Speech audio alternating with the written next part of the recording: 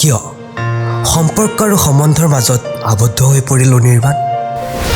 কিয় সমাজৰ গৰিহণা আৰু অৱগণ নাৰী হৈ পৰিল লিজা? লাহে লাহে দেখোন সিহঁতৰ মাজৰ দূৰত্ববোৰ ভাল পোৱালৈ সলনি হ'ব ধৰিছে। শুনাচোন লিজা, তোমাৰ মতে ভাল পোৱা কেনেকৈ হয় বাৰু? মোৰ মতে সঁচা ভাল পোৱা কেনেকৈ হয় কোনেও নাজানে।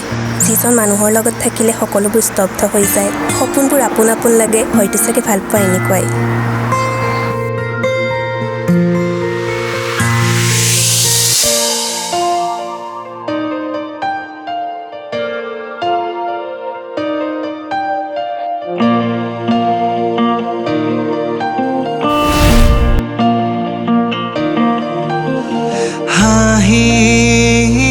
আজি কেনিনো লুকাই সুখ ভাল পাই কিজানি দুয়োৰ জীৱনটো শেষ কৰি দিয়াত যথেষ্ট আছিল, আৰু সেই শেষটো আহিবলৈও বেছি সময় লগা নাছিল।